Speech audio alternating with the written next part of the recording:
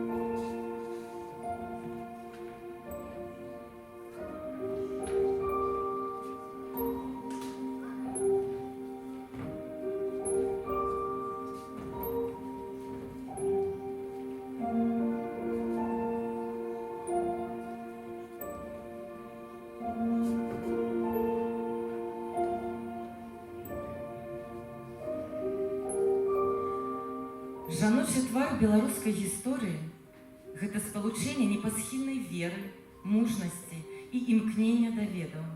Праз стагоддзі нашы славуты суайчынніцы пранеслі любоў да роднай зямлі, пакінуўшы нам бясцэнную спадчыну. Ефрасіня Полацкая. Нябесная заступніца Беларусі, першая жанчына-асветніца, якая стала сімвалам духоўнай сілы і мудрасці нашага народа. Дачка полацкага князя сышла ў манастыр. Адным з яе абяцанняў стала перапісванне кніг. На сродкі Ефрасіні былі пабудаваны дзве полацкія царквы, якія сталі цэнтрам асветы ў Полацку. Там працавалі бібліятэкі і майстэрня па стварэнні абразоў. Менавіта па замове Ефрасіні быў створаны крыж з рэліквіямі, які павінен быў умацаваць уладу полацкага княскага дома, выкананы Лазарам Богшам. Таксама асветніца набыла для полацкай царквы рэдкую і каштоўную ікону Багародзіцы Эфескай.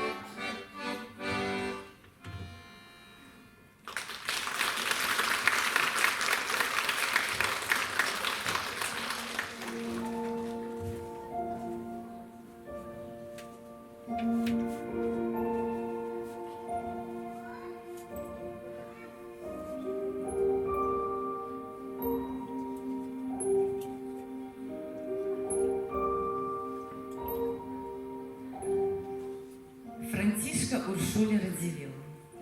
Першая жанчына-драматург, якая напісала мноства вершаў і п'ес. Больш за тое, менавіта Францішка да ліку розных забаў у палацы дадала прыдворны тэатр.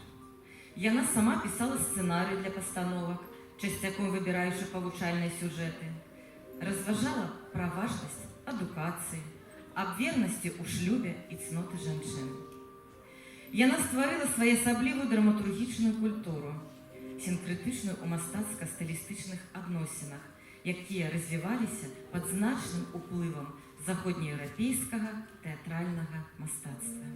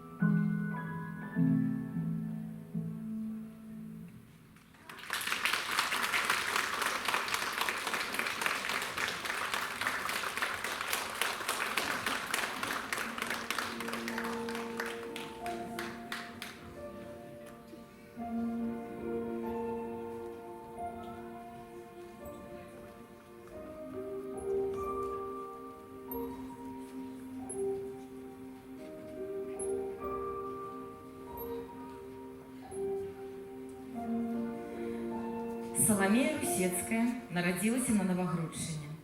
Калі дзяўчыне было 14 гадоў, яе выдалі замуж за лекара-акуліста, з якім яна неўзабаве з'ехала ў Стамбул. Саламея спачатку толькі дапамагала мужу, а потым і сама стала практыкуючым лекарам. Але Русецкая ненадоўга затрымалася на турэцкай зямлі. Неўзабаве яна адправілася ў падарожжа, пабывала ў самых розных і далёкіх краінах. Усюды з ёй здараліся неверагодныя прыгоды, а медычныя навыкі дапамагалі ёй выходзіць са складаных сітуацый.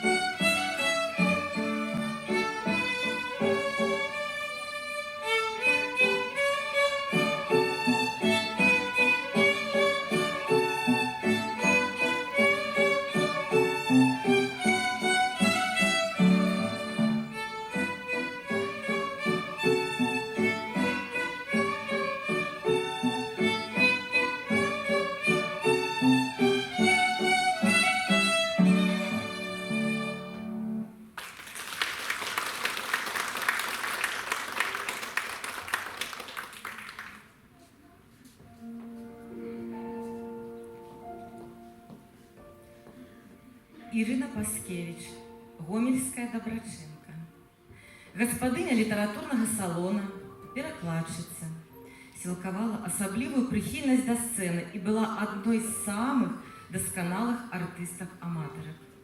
Княгіня Паскевич пабудавала і ўтрымоўвала каля 10 новых навучальных устаноў і новых будынкаў, аплачвала вучобу адораных дзяцей, ахвяравала для бясплатнага жаночага вучылішча. На яе грошы ў Гомелі была пабудавана мужчынская класічная гімназія, вочная лякарня. Па прашэнні забяспечвала любую дзяўчыну Гомеля пасагам.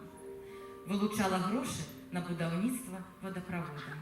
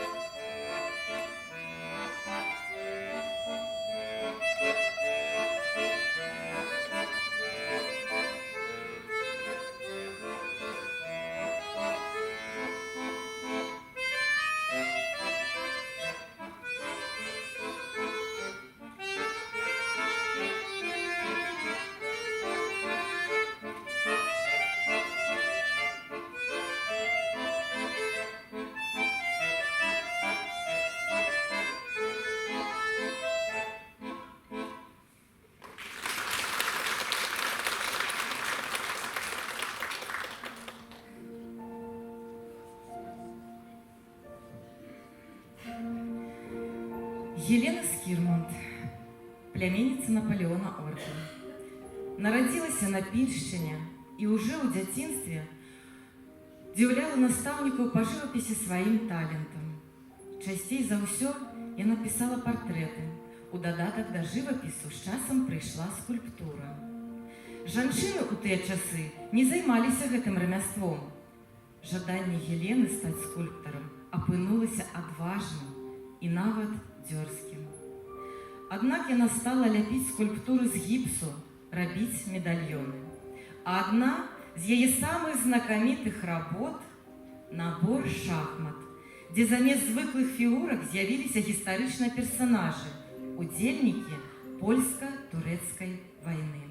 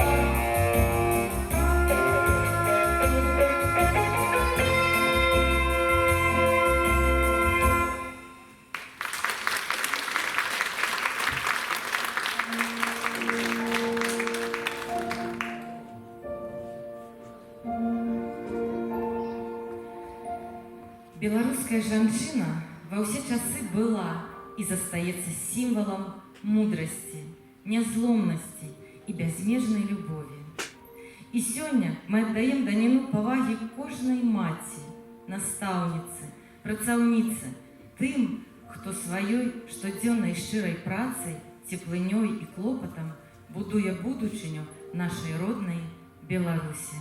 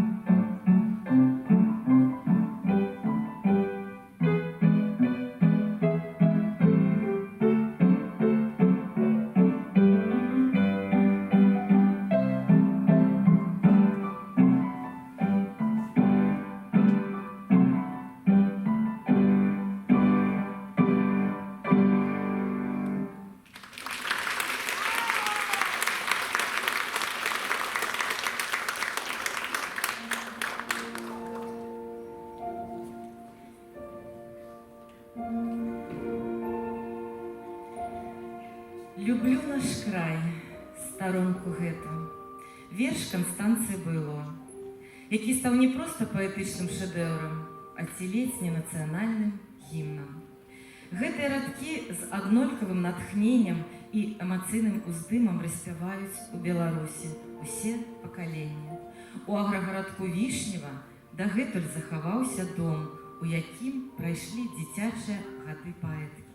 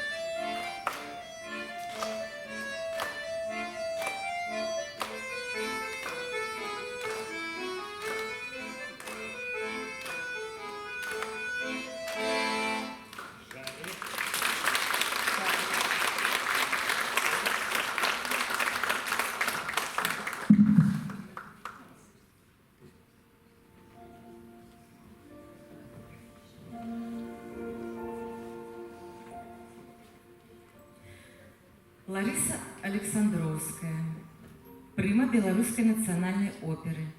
Першая жанчына Беларусі, якая атрымала званне народнай артысткі Саюзу Савецкіх Сацыялістычнай Рэспублікі. Першая жанчына-рэжысёр оперы. Яна стаяла ля вытоку беларускай опернай школы.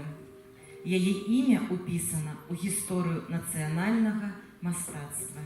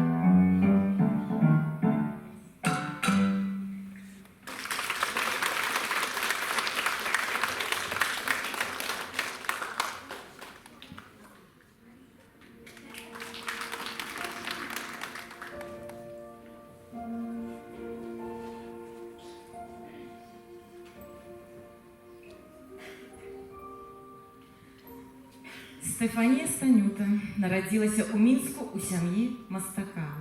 Спачатку яна спрабавала сябе як харыстка, танцорка, статыстка, атрымала тэатральную адукацыю ў Маскве. Але ўсё жыццё працавала ў мінскім тэатры імя Янкі Купалы. На сцэне яна выканала больш за 200 роляў і была неверагодна любімая гледачамі. Калі акторцы было 53 года, ёй упершыню прапанавалі зняцца ў кіно. Сёння асабліва вядома яе роля ў фільме «Развітанне».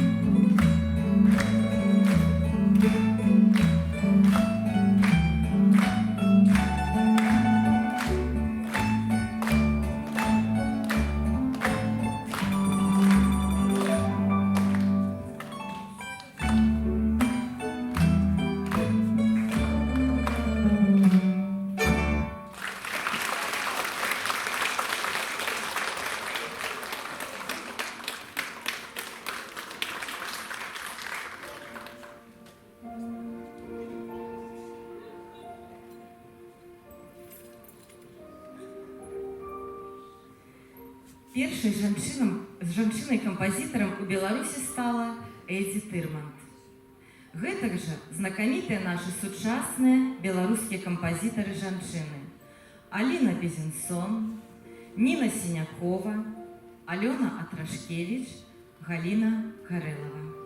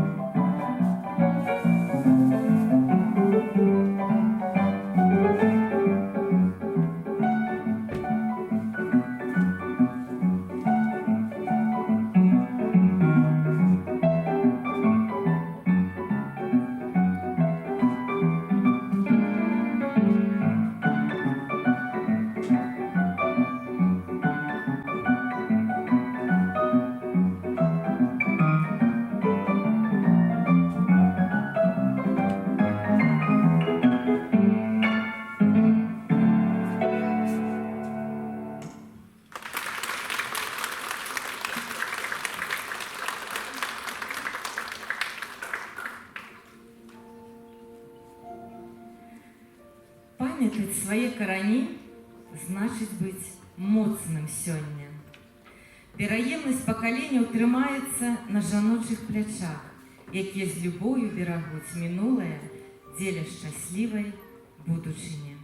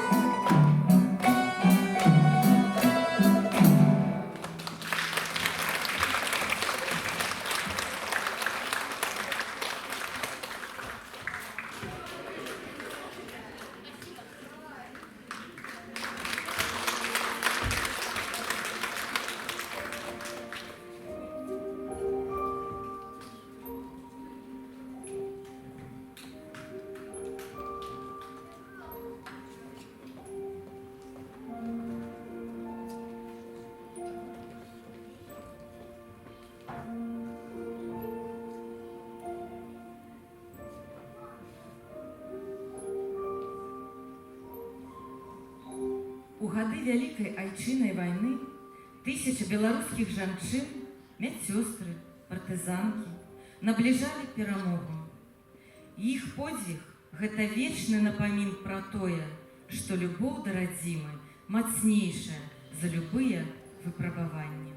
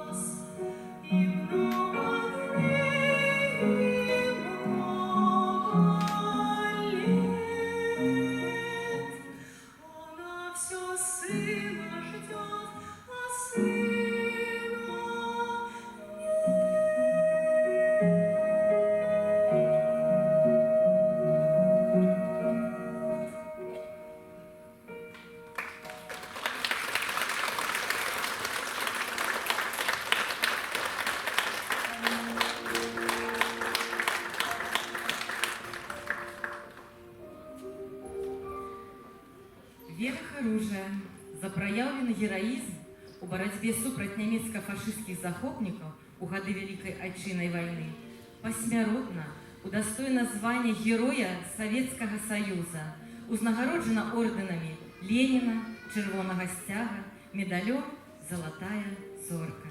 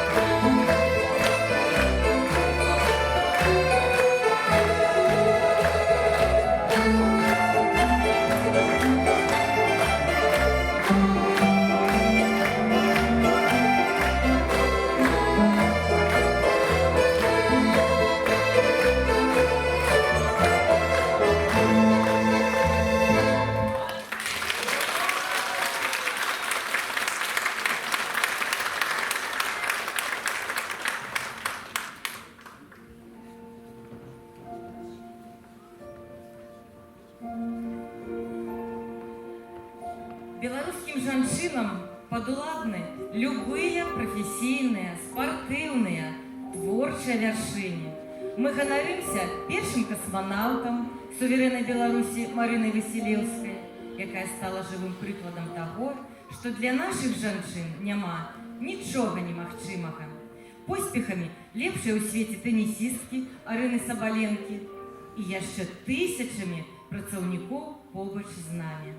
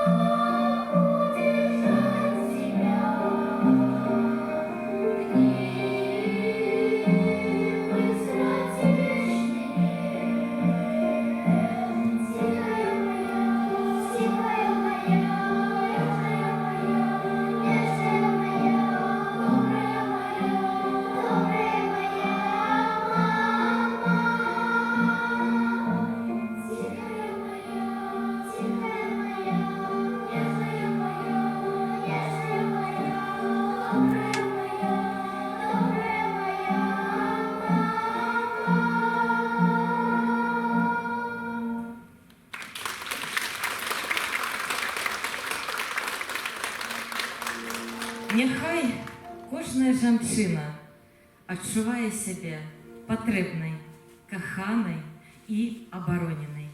А наша краіна квітнее пад яе ласкавым позіркам. До новых сустрэч!